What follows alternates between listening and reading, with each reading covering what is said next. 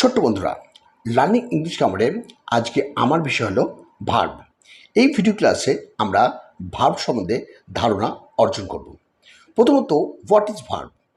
According to J C Nesfield and P Siraj, a verb is a word use for saying something about a person or a thing. Verb এমন একটি শব্দ যা বাক্যে কোনো ব্যক্তি বা বস্তুর কাজের সম্বন্ধে কিছু বলে। A verb is a word that denotes being, having or doing something. আমরা বলতে পারি ভার্ব হলো এমন শব্দ যা কিছু হওয়া, থাকা বা করা বোঝায়। এবার চলো কিছু উদাহরণের মাধ্যমে ভার্বটাকে আমরা স্পষ্ট করে বুঝে নিই। যেমন 1 নম্বর সেন্টেন্সে দ্য বয় রিডস, বালুটি পড়ে। এই সেন্টেন্সে বালুটি কি করে? বালুটি পড়ে, অর্থাৎ পড়া কাজটি রিড এই শব্দ প্রকাশ করছে। সুতরাং রিড এই ওয়ার্ডটি ভার্ব। 2 নম্বর বাক্যে দেখো দ্য গার্ল রাইটস। এই সেন্টেন্সে বালিকাটা কি করে? বালিকাটি লেখে, অর্থাৎ লেখা কাজটি রাইট এই শব্দ প্রকাশ করছে। সুতরাং রাইট এই ওয়ার্ডটি হলো ভার্ব, তাই তো? ছোট্ট বন্ধুরা, 3 নম্বর উদাহরণটি লক্ষ্য করো। দ্য সানশাইন, সূর্য কিরণ দেয়। এই সেন্টেন্সে সূর্য কি করে? সূর্য কিরণ দেয়, অর্থাৎ কিরণ দেওয়া কাজটি সাইন এই শব্দ প্রকাশ করছে। সুতরাং সাইন এই ওয়ার্ডটি ভার্ব।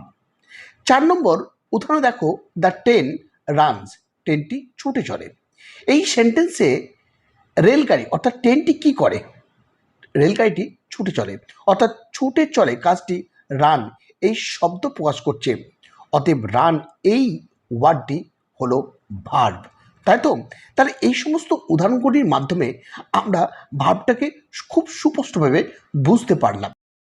লক্ষ্য করে দেখো ওপরের সেন্টেন্সগুলিতে রিডস, রাইট, সাইন, রানস এই ওয়ার্ডগুলির দ্বারা কোনো কাজ হওয়া বা করা বোঝাচ্ছে, অর্থাৎ বয়, গার্ল, সান এবং ট্রেন কি করে তা প্রকাশ করছে। এটা প্রত্যেকটি ভার্ব এবং বয়, গার্ল, সান এবং ট্রেন প্রভৃতি নাউনগুলি এই ভার্বগুলির সাবজেক্ট বা কর্তা হয়েছে। সুতরাং ভার্ব বা ক্রিয়াপদটি তার সাবজেক্ট কী কাজ করে তা প্রকাশ করে।